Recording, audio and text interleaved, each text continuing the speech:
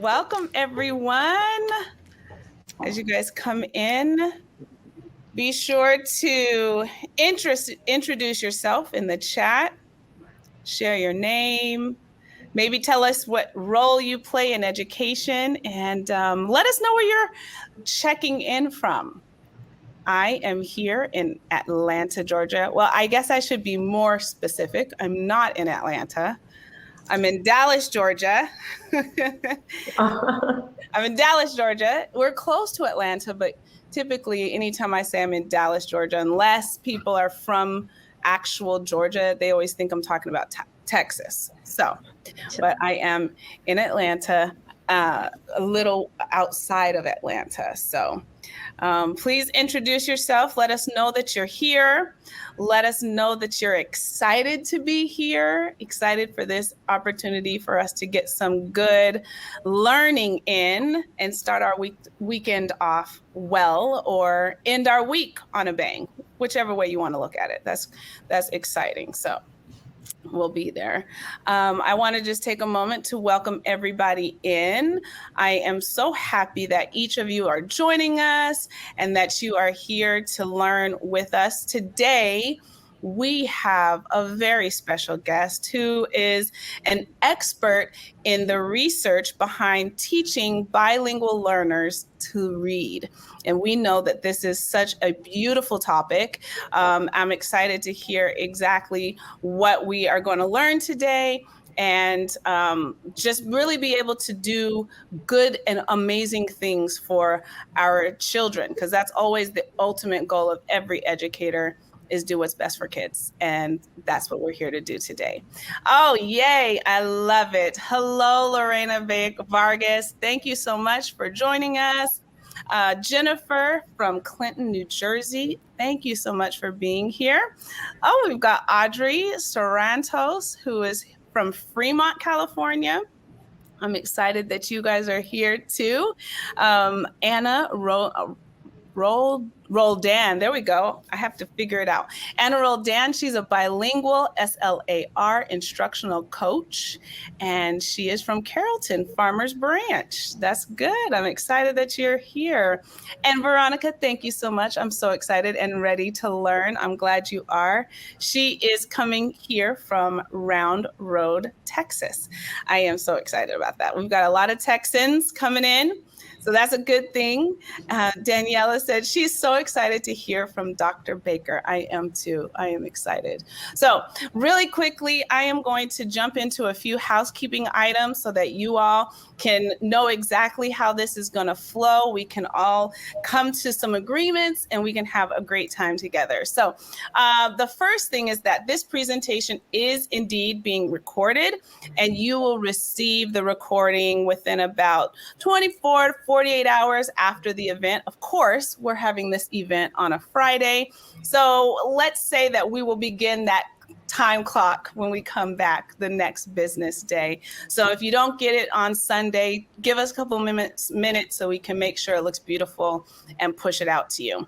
If you have questions, please add those questions to the Q&A section. If you have comments, or you just want to be in the amen corner or in the high five corner, you can put those comments in the chat. But if you really want us to highlight your question, or you really want us to prioritize those questions, put them in the Q&A so we can make sure that they're outside of the chat and they don't get lost. Also, I know we all do this, but let's just say that we're going to all remember to be respectful to each other with our comments and our questions, because we are all here to learn and we are going to grow from that. So that is that. Hi, Julio. Welcome. I'm excited that you're here. Hi, Pam. Hi, Tracy. It is good to see you. Let me introduce myself. My name is Terry King Hunt. I am the Impact Manager at Just Right Reader. Just Right Reader is a company whose mission is to make reading fun and for students to learn and read with engaging decodable readers. We are determined, and our goal, we are passionate about making decodable readers that represent our students in our American schools. And that is really our mission and all of the things we do. Our Science of Reading Decodables engage students in authentic phonics practice in the classroom and at home with classroom libraries and take-home decodable packs, which we have in English and in Spanish. So we are so excited about the work that's being done through the Science of Reading, and we are super proud to sponsor today's webinar. All right, so that is who I am.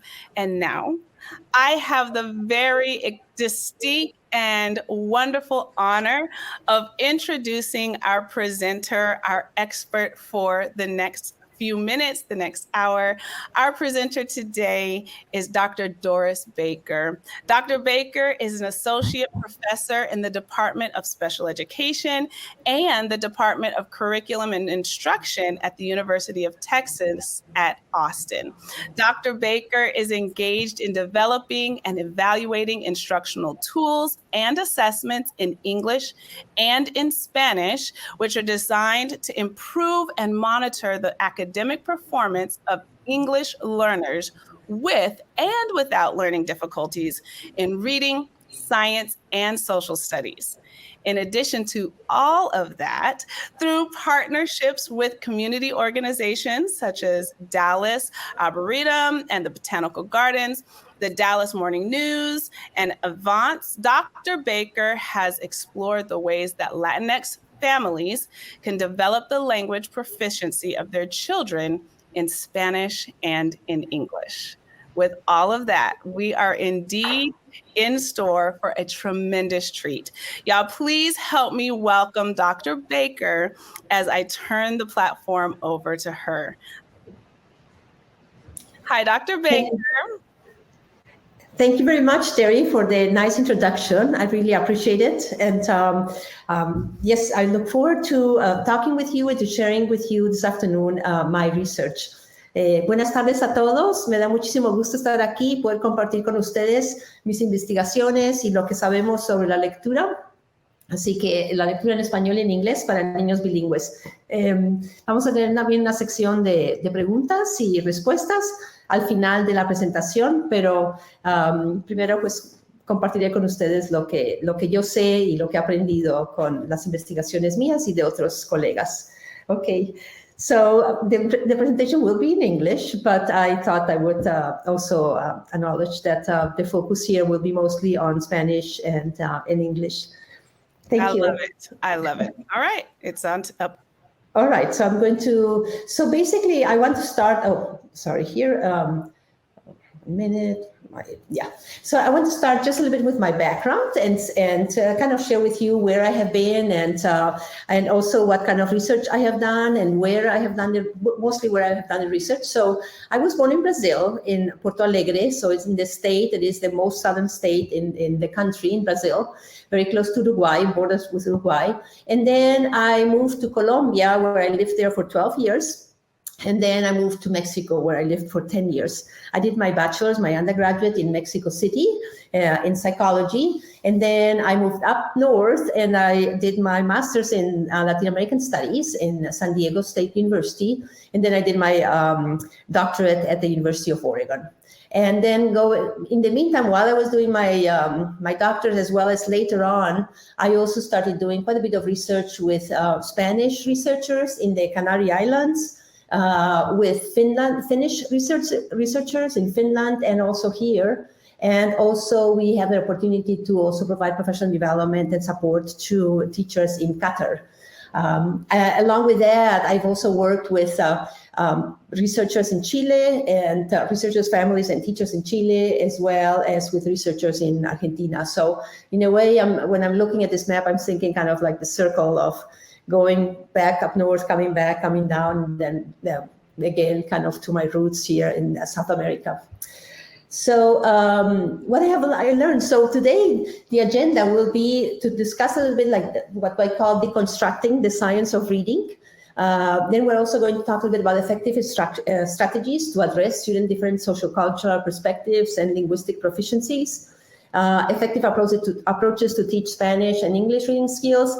And then I really want to spend a little bit of time talking about the characteristics of what I think is a healthy collaborative bilingual community where we really build everybody's bilingualism and biliteracy. So starting with a simple view of reading, you probably have heard about it, you have seen it, you have your school district kind of has considers it a priority. But I just wanted to do a brief review just so that we're all kind of, let's say, on the same page here. And so the simple view of reading basically believes that word reading or the reading comprehension is the product of word reading and language comprehension. And one of the main issues that is important to know is that the absence of one, whether it's word reading or whether it's language comprehension, will not yield a reading comprehension. Sorry.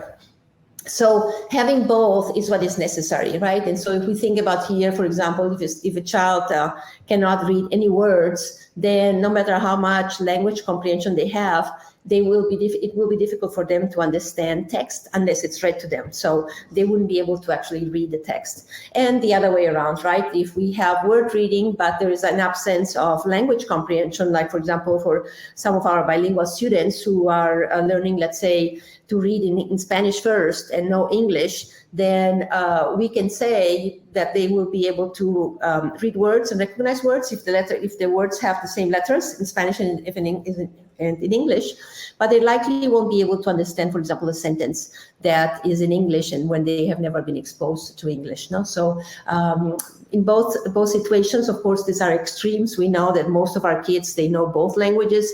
It's at different, let's say, levels and of proficiency, but that's the main idea, right? That we want to have both word reading and language proficiency. And then when we go deeper, though, what does that mean, right? Like the simple view of reading is sometimes not that simple, actually, because it really consists of two main ropes. Now, if we think about the Scarborough's reading rope, and one part of the rope, one section of the rope is really focused on word reading. So it will be all the skills that we need in order to read words automatically, such as decoding, phonological awareness, and sight recognition, as well as also the language comprehension that we were talking about. So that consists of vocabulary knowledge, background knowledge, literacy, language, and verbal reasoning. So it is really the combination of all these strands that helps kids read with fluency and understanding text. No, and not just kids, but of course all of us. Yeah. So what components? So if we are going to, let's say, dig now even deeper and understand what are the components that are required for word reading. So we can say, as we mentioned before, phonological awareness, decoding, sight word reading, and one that I think is not included in the science, in the rope or in the science of reading in this category, but it is fundamental for our English learners is vocabulary. No, so if the students know vocabulary, if they know the words that they have to decode or that they have to say the sounds of the ones that they have the sounds, it will be much easier for them to remember those sounds or to remember the letter sounds that go with the word than if there is an absence of vocabulary. And here are some examples, right? Like, for example, we want to teach the kids the sound of AW, no? There will be aw, right? And so if we say, okay, today we're going to learn the sound aw. What sound? Aw.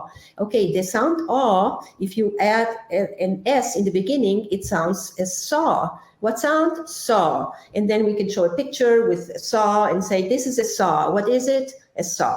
And if you speak Spanish, of course, you can say sierra, and the students will then, it will help the students remember those sounds, and particularly connected, those letter sounds are connected to the word and also to the meaning of the word.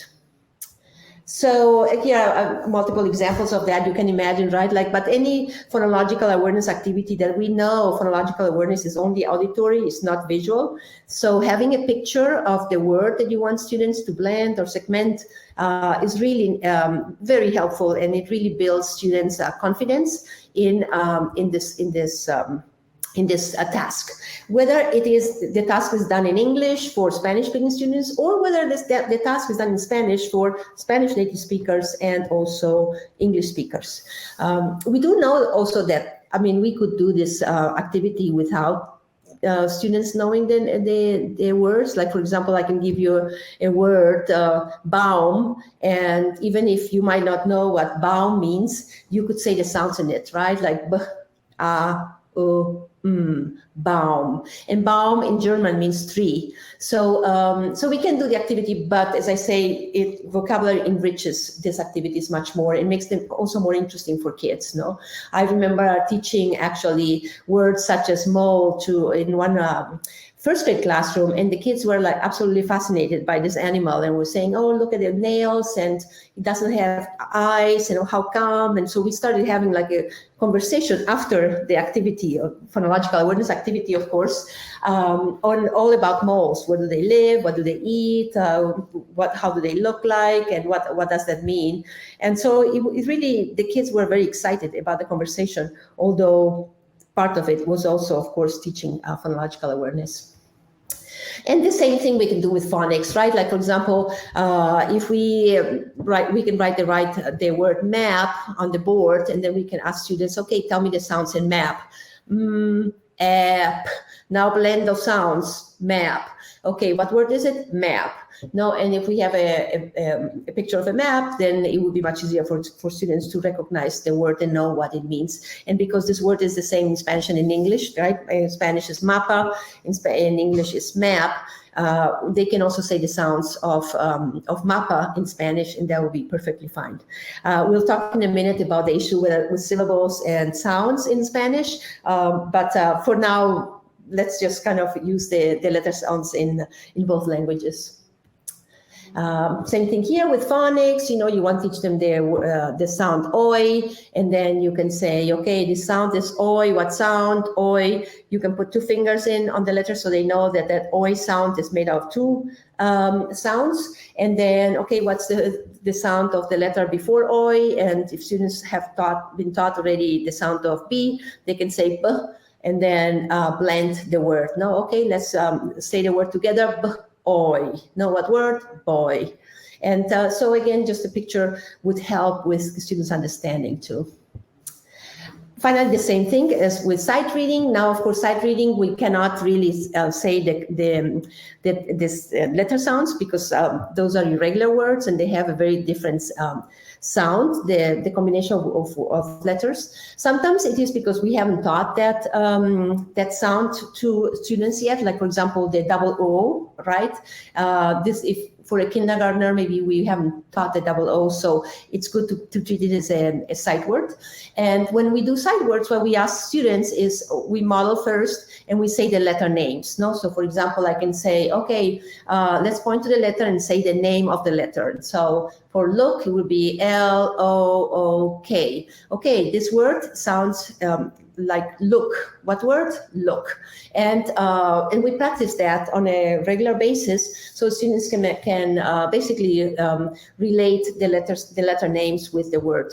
This we only do it with words that they don't that cannot be decodable, of course, and we haven't introduced the sound, the corresponding sound of the letters. All right, so what do we do with fluency? If you notice, for example, in the row beforehand, you'll notice that we have like the decoding strand, or the word automaticity strand, the word reading strand, and then the language strand. But we don't have fluency. Fluency seems to be what we call always like the bridge between what is decoding or foundational skills and then language and reading comprehension. And but we can do the same thing. Fluency is one of the really most important, personally, skills that we need to have in order to really devote time to understand content instead of trying to use the text to decode words, right? So we really want to, the more students are familiar and connected with word reading, and the higher the word reading is in terms of word automaticity, then the easier it will be for them to use text to understand it, to reading comprehension. So in this case here, going back to the importance of vocabulary, here we have 3 words that the publisher selected as important for kids to understand the text. And those are important words, but one of the characteristics that these words have is that you can show a picture with them. So we don't have to spend a lot of time trying to explain what ketchup is or what donuts, but with a picture, students will get it, and it's very likely that they have even tried these foods before, so it wouldn't be that hard. But what you want to focus on is more on other words that students might potentially read wrong. And in this case, for example, here, a student had 10 errors, right, when they were reading this text fluently. And with these 10 errors, it's very hard to, for example, respond to these questions. What are the basic food groups? And of course, here, if students were to read it correctly, they would maybe find the irony in what the writer is trying to say. But for Spanish-speaking students or for English learners, that would be very hard. I mean, irony is one of the hardest things to learn. So the teacher might have to explain that, But the point here that I want to make is that when you're reading fluently, if you don't read the text with, let's say, 98% accuracy, it's hard to understand the context, to understand the reading, what the text is trying to say. So that's very important to take into account. And here you can see again, right? We don't see fluency here, but it is what we would like to see as the bridge between those 2 components of reading, right? Word recognition and language comprehension.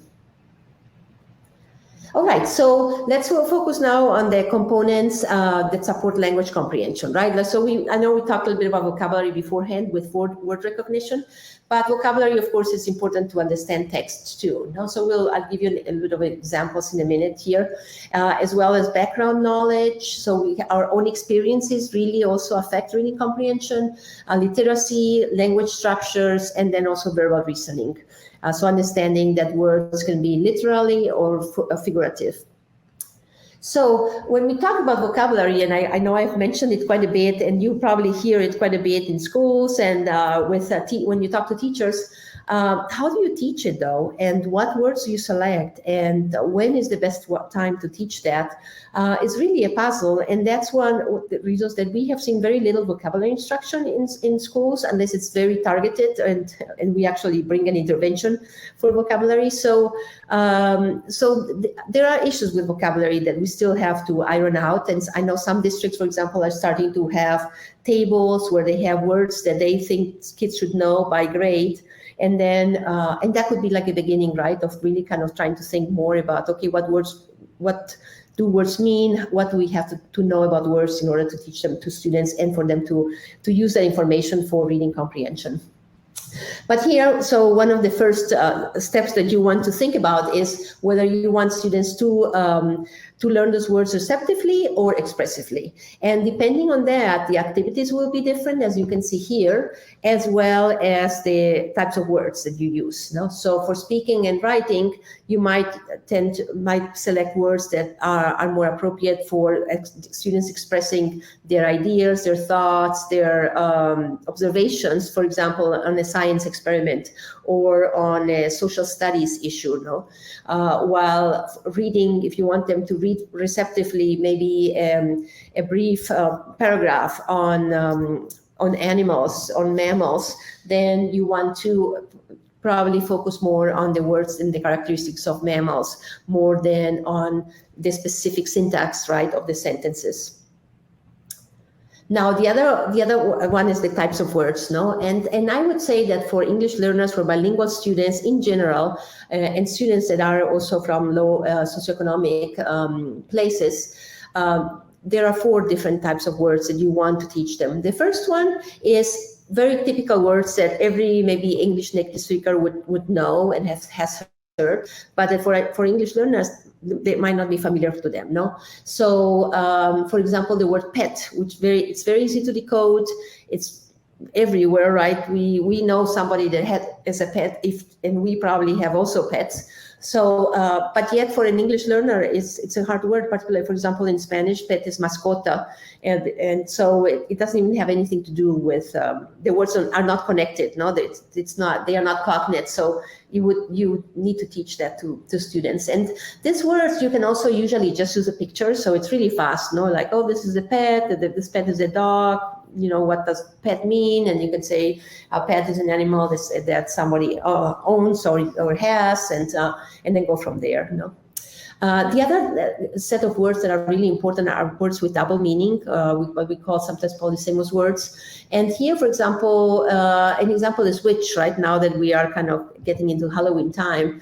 And witch, as you can see here, has many meanings. And so it's really important to point that out to students, because otherwise they wouldn't know the difference. And for them, this might be probably a bruja than the word kid, no? Now, for academic language words, those are the words that you find in books, that you find in school, in the content areas, that you use, more sophisticated, that you can use in reading and writing. So it's kind of more the words that you really use to build your knowledge, no? And those need to be taught, because those are hard for English learners as well as for English native speakers who might not be exposed to books in the past very much. And so those are the ones that we consider kind of good to be taught in depth, so that students can actually use them, not just in the specific content area that we're just talking about, but also maybe in other content areas like science, social studies, math. And then finally, we have the very specific content words, no, like arachnid and mold and fitness, that really kind of like belong to a specific content area. And you want to teach them, of course, also extensively, so that the students can understand the content that you're teaching or the topic that you're teaching in the different content areas.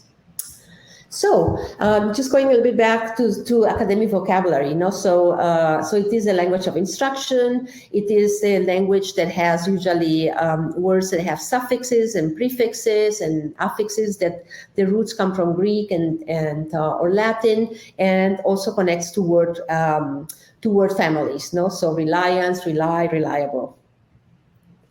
And what we don't want to forget too is idioms. No, sometimes we forget as teachers, and we kind of say idioms that we think everybody understands, but for English learners, that will be very difficult. No, and here are some examples. For example, if the teacher says she's under the weather, for an English learner, it might be that it's raining and the teacher is underneath it, right? Or it's very sunny and you're kind of like sitting there under that weather, whatever. No, but it's kind of, if you take it literally, this doesn't make much sense. But that's likely how an English learner or a newcomer would see those words. No, so really kind of making sure that you don't use too many idioms, and if you use them, you explain them to students. All right. So an important component too that I think, particularly nowadays with the focus on science of reading, is how to teach literacy, no, and in Spanish or in English. And sometimes because the foundational skills such as phonemic awareness, alphabetic principle, fluency, really are important to start. I mean, for kids to start reading words, we think that they need to be taught just in kindergarten, first grade, and second grade, and then we can start with vocabulary and comprehension. But what we are really finding is that the most important thing is really to teach them together, not to teach them alongside. And like here, for example, where we want to teach code-based instruction, we need that to read words, right? And we need that to identify even students who might be struggling with reading, using screeners that allow us to see that in Spanish and in English, for example, for bilingual students. But we also need meaning-based instruction, and that can start in kindergarten, because as you know, vocabulary, we're always learning vocabulary and new vocabulary. And so the earlier we start, the more we can build on that. And here's a good example of that. I don't know if you had a chance to read this book, but it's one of that I really highly recommend. It's quick. It was published in 1995, so it is a little bit outdated, but the ideas and the findings, I think they still apply.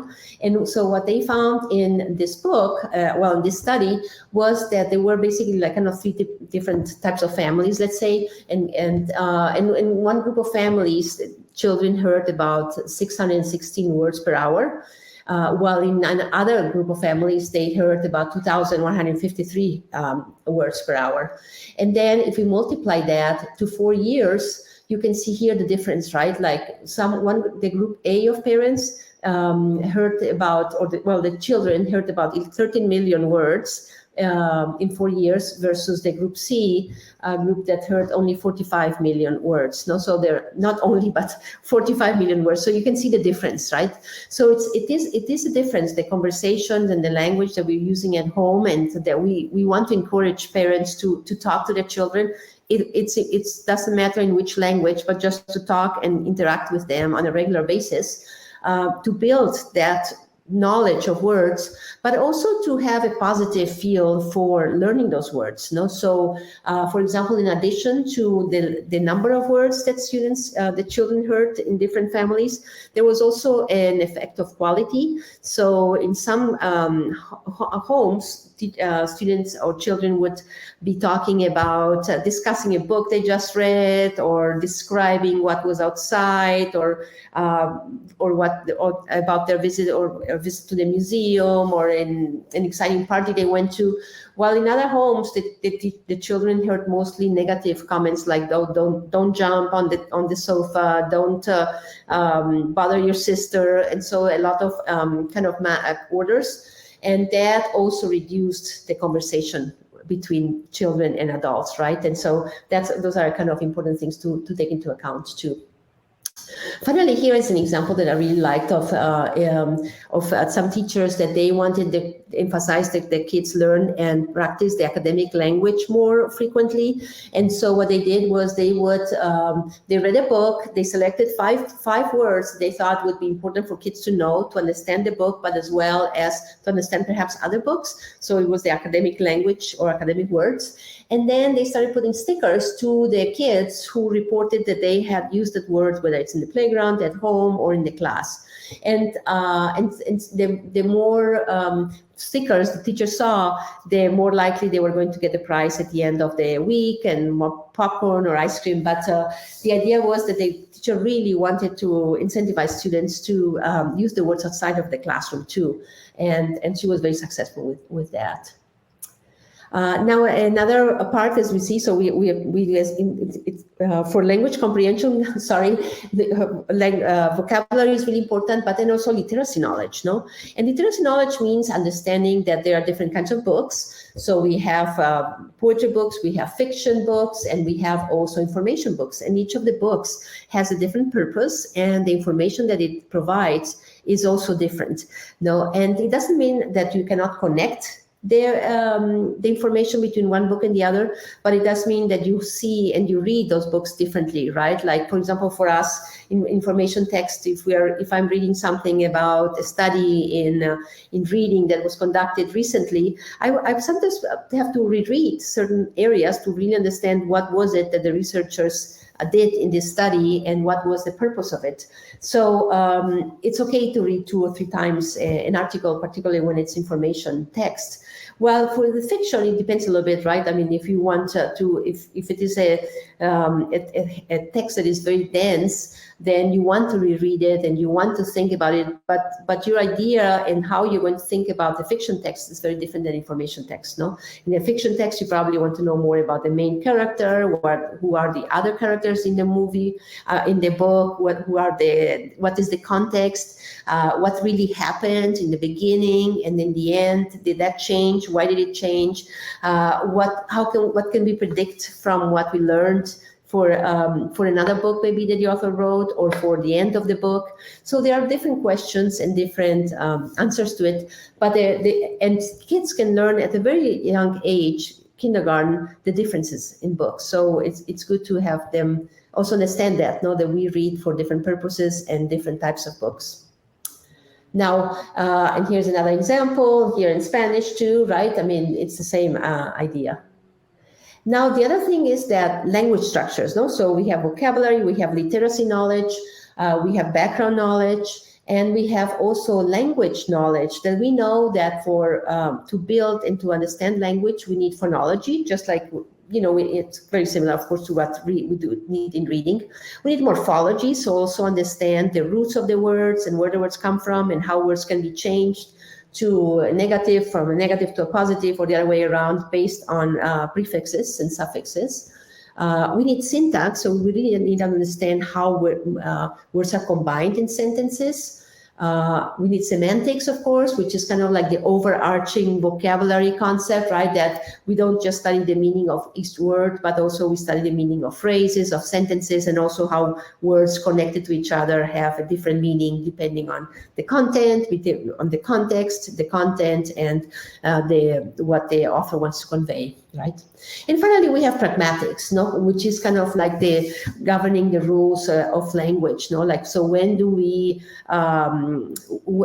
greet the principal, for example, or how do we greet the principal, or when do we read a science fiction book, and in which context, right? And what is it that really it brings, what are the practical implications of reading a book like that, for example, when they teach us you to do the math problem, so really pragmatics is kind of making sure that we are aware of what is appropriate and what the rules are for in school, as well as, of course, in society.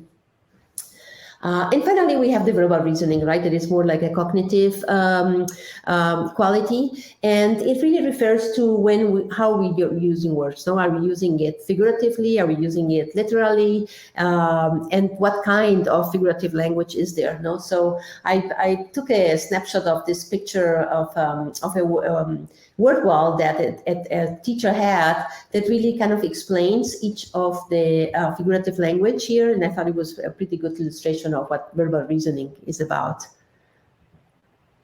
All right, so one of the questions that probably you might have is, well, can we use the science of teaching reading to teach reading in Spanish, right? I mean, is this possible? Can we translate it into Spanish? And I would say yes. And researchers that have done bilingual instruction, they would say yes too. And there are some reasons for it, right? One is that Spanish and English have the same alphabetic system, right? So we have the same letters to express sounds in words. There are differences, of course. Okay, so first that one. So similar orthographic system. There are differences. So you can see here, for example, that we would have in Spanish 27 letters, and if we count the 3 digraphs, R, ella, and che, then we have, let's say, 30 letters compared to 26 letters in English. And then here we have between 22 and 24 phonemes compared to 42 to 44 phonemes in English. And then in Spanish, we have 7 conditional rules that if we learn that refers to, for example, when do you pronounce the C in hard or when it's soft. The C is k versus the C is or the h versus g, h. So those are kind of like the conditional rules that I'm talking about. And then all words in Spanish are decodable, all words. I mean, of course, a kindergartner won't be able to decode all words because they need to learn all the letter sounds, and that takes time. But if they come to second grade, they should be able to read any word, really, if they know their letter sounds. In English, we cannot say that necessarily just because we also have irregular words and we have so many more phonemes and letter sound correspondences that it can become a little more complicated. So in particular for bilingual students. So the other thing that is the same is the development, the reading development. So we start learning and recognizing sounds and symbols in billboards. Then we go into a very early alphabetic stage where we kind of like focus mostly on, in English it will be CVC words, in Spanish it would be CVCV words like casa and mesa and tapa. Then we go into a little bit of a more mature alphabetic stage where there is a little bit of more nuances in the words. For example, in English it could be the silent E, right, like bake and cake and Coke and things like that. While in Spanish, it could be consonant blends like blusa, crema, brazo, right? And then finally, we got to the orthographic stage, which is the stage where we have multisyllabic words. And in English, it could be unbelievable, right? Where that has a prefix, that has a root word, and as well as a suffix. No, in Spanish we can have imposible or generalmente or astronauta. Could be all words that are more complex because they have this additional meaning components inside the word. All right, but it's the same. It's the same. It's just that the words and the focus of the words and the type of words are different. We have many more in Spanish. We have many more multisyllabic words. We have many more combination of consonants that we need to kind of iron out. Although they all have the same sound. They don't change the sound as they do in English. And then we of course have the accent mark, which also kind of is difficult to teach and really requires time for students to learn it.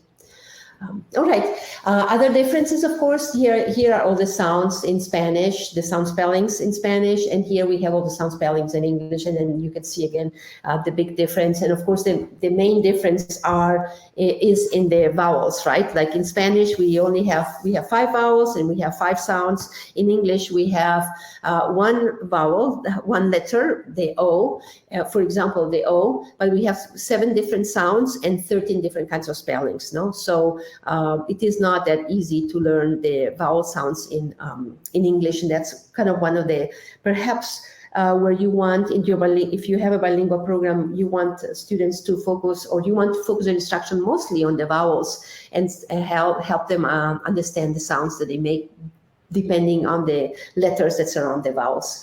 And then, of course, we don't have in Spanish some sounds that are very common in English, not like the W, for example. We only use it for foreign words like Washington. So you don't want to spend a lot of time on that letter if the students are not going to encounter it in their decodable books, right? Now, the other ones that we don't have, that combination we don't have is the J, the Ng, the Sh, the Th. So school, for example, is a combination that a lot of kids kind of say a school because we don't have all our words in Spanish start with an E if they have that SC component. So those are things that need to be taken into account. All right. So just based on that, just like in this slide, now reading connected text might look differently in Spanish and in English. No? And here's a good example of 2 decodables, right? We have one where probably students are practicing, they are controlled, but with born and serve. Well, in the Spanish one, they're probably practicing probably the H sound or the lack of sound, so let's say with the H, no? But look at the words. Born to serve is basically 3-syllable words. This sentence has 3 syllables. Well, in Spanish, hagamos and cohete, they both have 3 syllables, just the word in itself, no? So when you look at it, for students, for example, that don't have word recognition skills that are automatic in Spanish, they are going to probably, after they read 3 or 5 or 8 of those multisyllabic words, they get tired because the words are so long. And so what they do is they end up making up the last part of the word. So for example, abuelita, too long, whatever, abuelita, abuelito is the same, right? For example, the other one, even cohete, if let's say the word was cohetes, they might just say cohete, no? And there's a difference, right? I mean, even the S as a plural in cohete can have a different meaning in the context of the sentence, no? So you want to really have students to make sure that students are reading and understanding and decoding every single letter in the word. And we can talk a little bit about their ways of doing that so that you don't have to kind of ask students to say all the letter sounds in astronauta, for example, until they finally can read the word fluently. No, we go through syllables, right? We first do the letter sounds in a syllable. So, for example, in astronauta, we can do as and say the sounds of the letters as, syllable as, syllables as.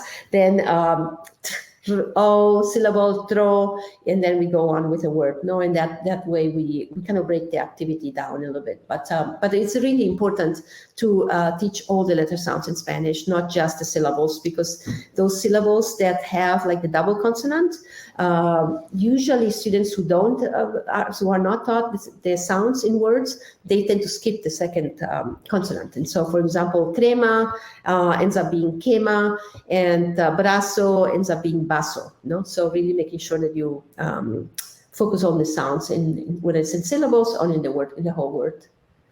All right.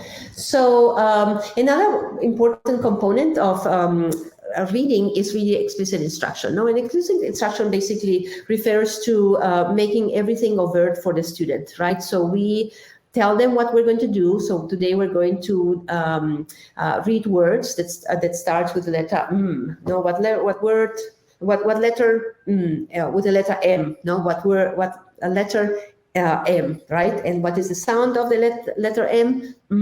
No, so we kind of explain to them exactly what we're going to do. Then we model for them the behavior. We then ask, we can then do it with them. So we lead them all together, and then we give them opportunities to practice. And if students make mistakes, we correct them immediately. And the reason why it is important to correct them immediately is because we don't want them to forget that there was a mistake and then repeat it again. Of course, how to correct mistakes is also important, and we never point out to a kid and say, no, that's wrong, the sound is but we kind of go back to the model, the lead, and the test. Yeah, so anytime there's an error, we go back to model, lead, test. Now, another important component is systematic. No? So we really want to introduce systematically the letter sounds, starting by the most frequent sounds and then ending by the most difficult sounds, or the sounds that don't exist in Spanish, or very rarely, like W.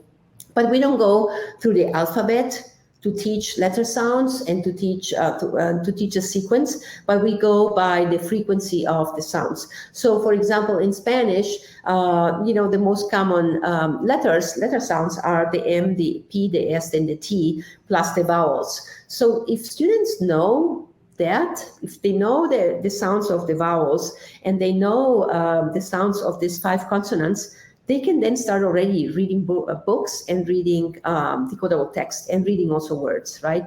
So we want them to get to that phase where they are reading as fast as we can, because that is ultimately what they are going to be doing. So that practice is really important. All right. So one of the things that I truly believe is important, in addition to being, of course, a teacher with knowledge and also the language proficiency, is to have a community, where we all are interested in building students' bilingualism, and a community where we are thinking about goals for our students, assessment, how to assess and how to achieve those goals, and the instruction.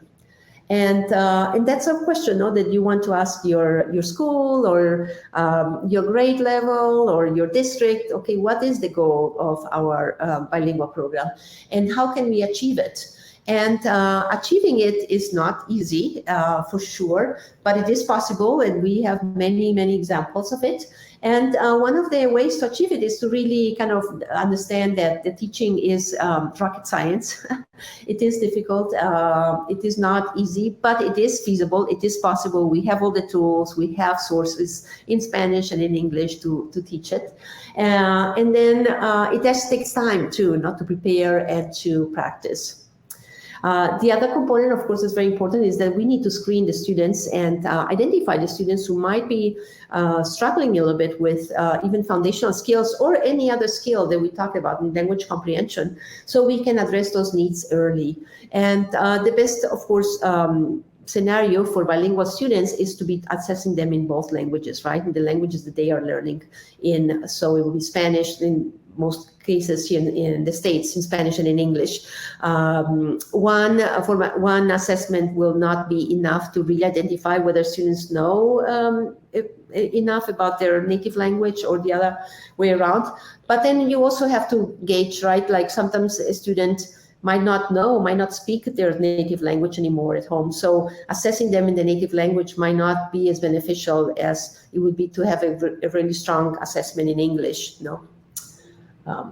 Okay, and the assessments, as we don't want to spend hours assessing students, so the assessment has to be brief, has to be standardized, has to be valid and reliable, economical, of course, efficient, and really think about it as when you go to the doctor, and the first thing the doctor does is like weigh you, and then take your blood pressure. And sometimes if you come with fever or you say you have fever, then also they take your temperature. And with that, the doctor has already quite a bit of information about how you're doing. And I think it's a little bit the same way with formative assessments, reading assessments, when they are brief and then targeted to what we want. We just want to get a sense of are students on track or are not, and if they are not, how can we support them? So this type of formative assessments, of course, then can be translated into differentiating in groups based on what students need.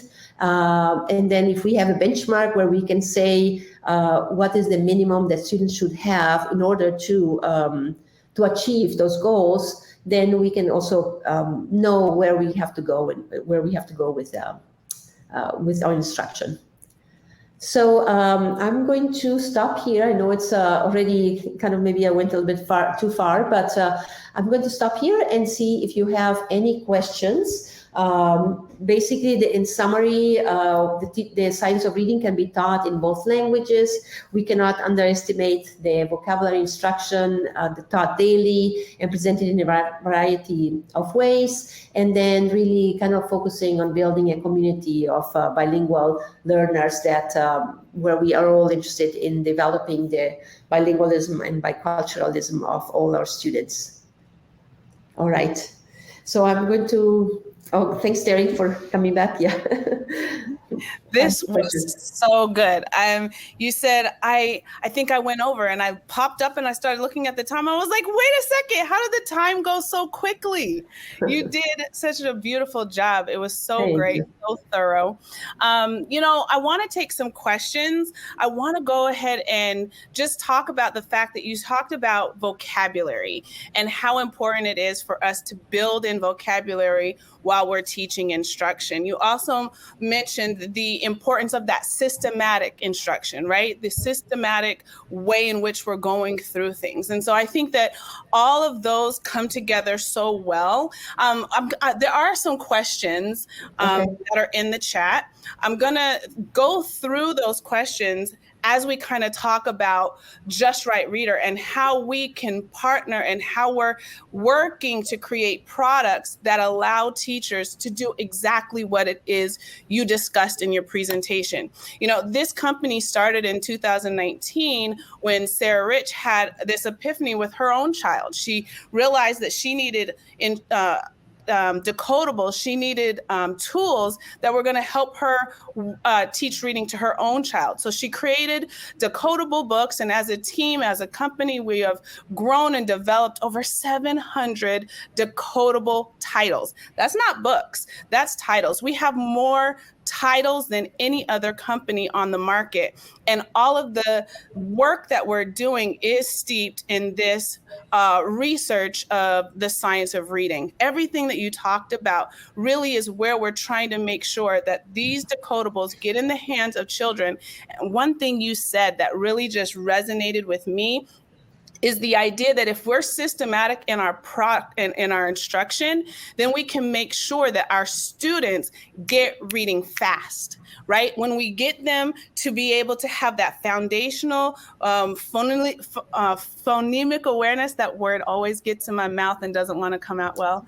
When we get in there and we give them what they need to be able to decode and they can start reading quickly, we start to see that motivation increase and that rigor and and that the determination to continue. And that's really where our products are going. You also talked about community and how when we have a community that is embracing and bringing our students together, then they have the motivation, they feel safe, they feel seen. And that's really what our decodables are working to do. They're working to create a mirror so that students can see themselves, so that they can see into the world, and so that they can understand the world around them. So not only are they decoding the books when we have our products, but they're also being able to comprehend, like you said, by connecting to those pictures and connecting with that vocabulary understanding through our books. And that is really the core purpose and mission of Just Right Reader and the products that we're doing. And of course, we know that there is explicit phonics instruction, and we want to make sure that we understand that our decodables are in both English and in Spanish. And when you talked about here that the progression, right? We are teaching every single one of the Spanish letters and the letter sounds, along with the English progression, right? So our books are not just translated. They are indeed following the progression of both languages to ensure that we're providing quality tools for teachers to engage in that instruction, right? And that's the beautiful thing about it. The other thing that makes our product so different than every other product on the market is that there's a QR code on the back of every single book.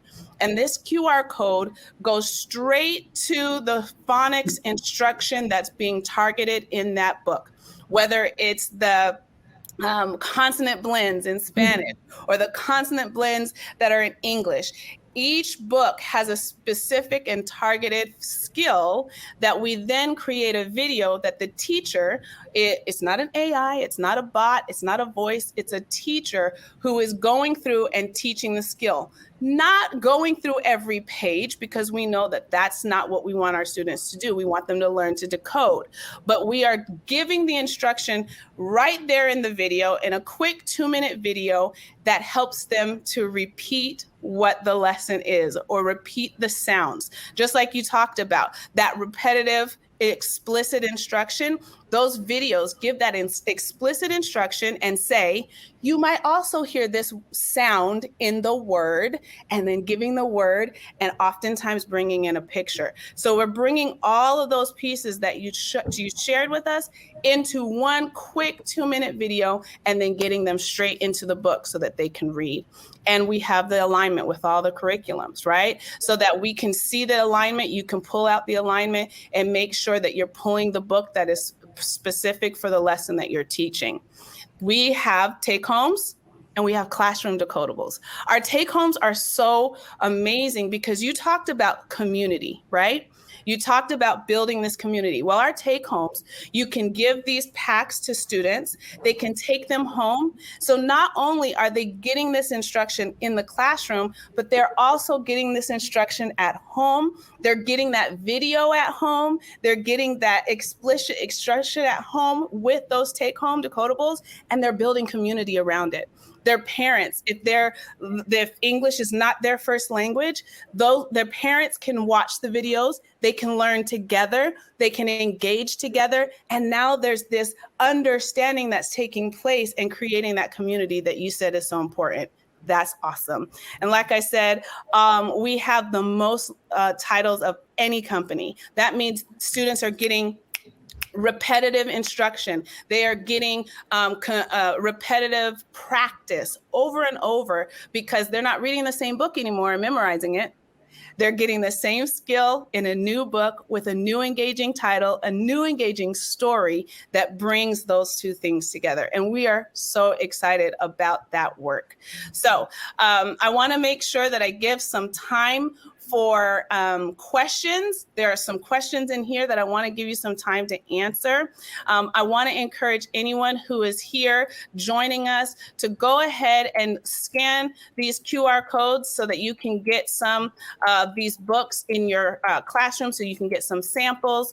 We are so excited because our books are made in the United States, and that is very, very important to us. That's an important thing for us to remember. And I want to go back to this because you talked about making sure that books have both informational text, and you wanted to make sure that we have books that are stories so that they understand how to engage in both types of genres. And that is what we have. And we have that both in English and in Spanish. And those non-fictional titles have the text features that are so important for us to understand the difference of what we do when we're reading different types of text.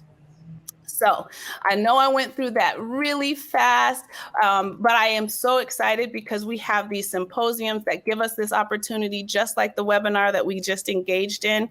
If you are interested and you would like to get some of these samples in your hands in your schools, just visit us at justrightreader.com. You can get some samples in your hand. You could touch them, feel them, and really start to see how they will make a difference for your students. All right. So let me go ahead and take some of these questions. And I know we don't have a lot of time, but if you're still here, go ahead, hear these answers, and let's see what we've got going. So our first question is, how do you approach the concept of sight words in Spanish if the words are decodable?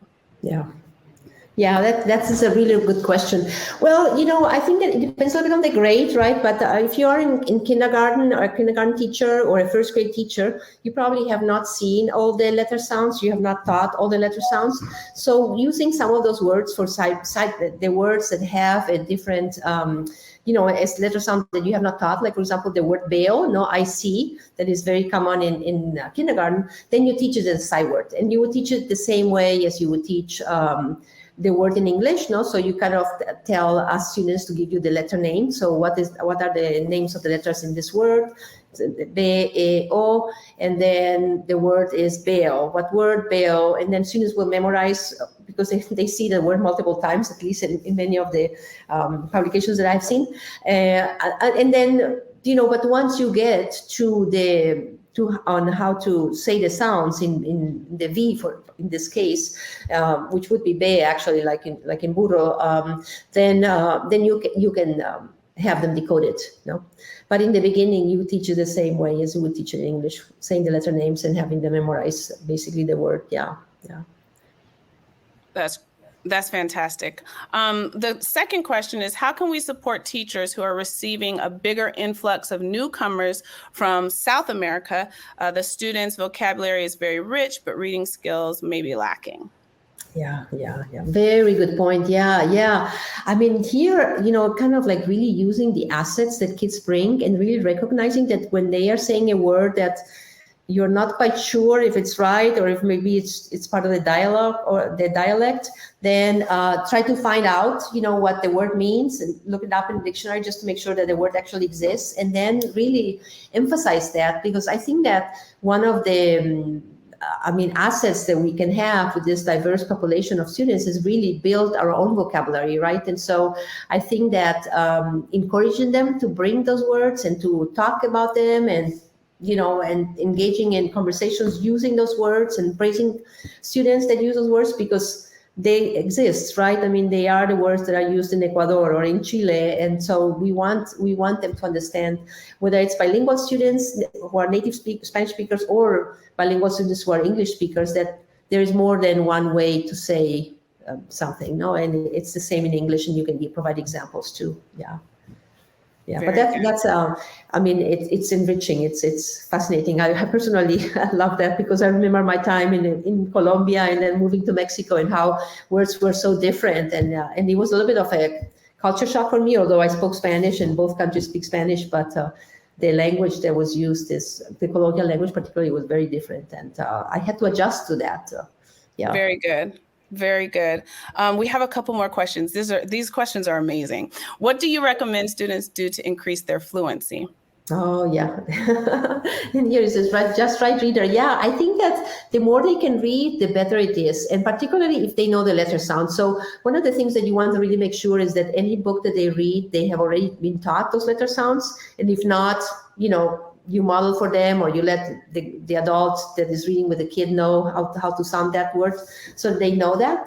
But yeah, the more they can read, but always at their reading level, right? Like, for example, if kids could take books home, you really want to make sure that those books that you have already covered all the letter sounds, and what you want for them is to practice and encourage them to practice reading to their brother, to their parents. But it has to be a book where they know and they can be sure that they can read those words, automatically, or if not, like, we don't want the parents to be the teachers unless that's explicitly what we do, and we train parents to do that. Because I've seen many kids sometimes come feeling bad because the brother or the sibling just laughed at them because they couldn't say a word or so, and then of course the kid will never read books again at home. So really make sure that the books that are brought home are easy to read for them. And it doesn't matter, they can read them 10,000 times. My son is a really good reader. He's already old and adult, was always a very good reader, but he loved Calvin and Hobbes. And so for some time I thought, like, oh my goodness, I mean, is he going to be able to actually read something beyond Calvin and Hobbes? But yeah, I mean, he has very good reading skills, and maybe it was Calvin and Hobbes that led to that. But just it's okay to repeat reading, and sometimes kids don't like that, so kind of letting them know that a good reader reads more than Reads once. often, reads more than once. Yeah. Yes. I agree. Yeah. I think we have one more question. I don't know. Let's see. Do we have any more questions? Let me look. I think this is it. Very good. So how much time should teachers devote to using decodables versus leveled books? Great question. Yeah, that's a really good question. I think that the more they can spend on decodables, the better, because that is at their reading level. And the other books are good maybe for information, but they won't be able to read them by themselves, because it will have words that they have never heard before, never have practiced before.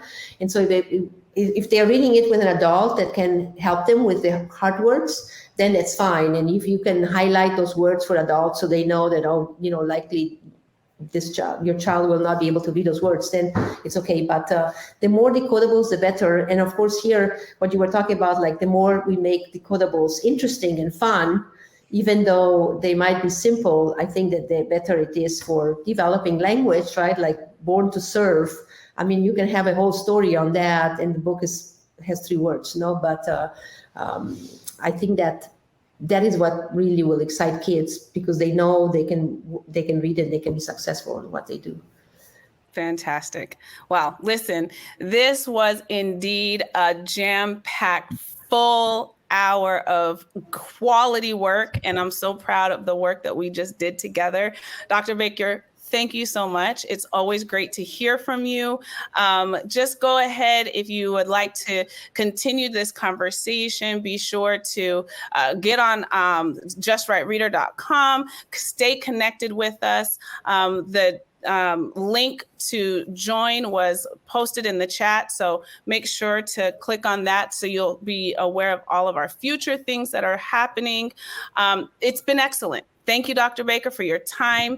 Thank you for being such a warm and responsive audience, all of you, for being here. I hope you found this webinar valuable and a good investment of your time. Please be reminded that you will receive this recording in the next few days, early at the beginning of this week. I hope you guys have an amazing weekend, that you are able to take this information, churn over it over the weekend, and take it and do something immediate in your classrooms or in your schools or wherever you are engaged with children. Be sure to follow us and connect with us at justrightreader.com. And until next time, happy reading.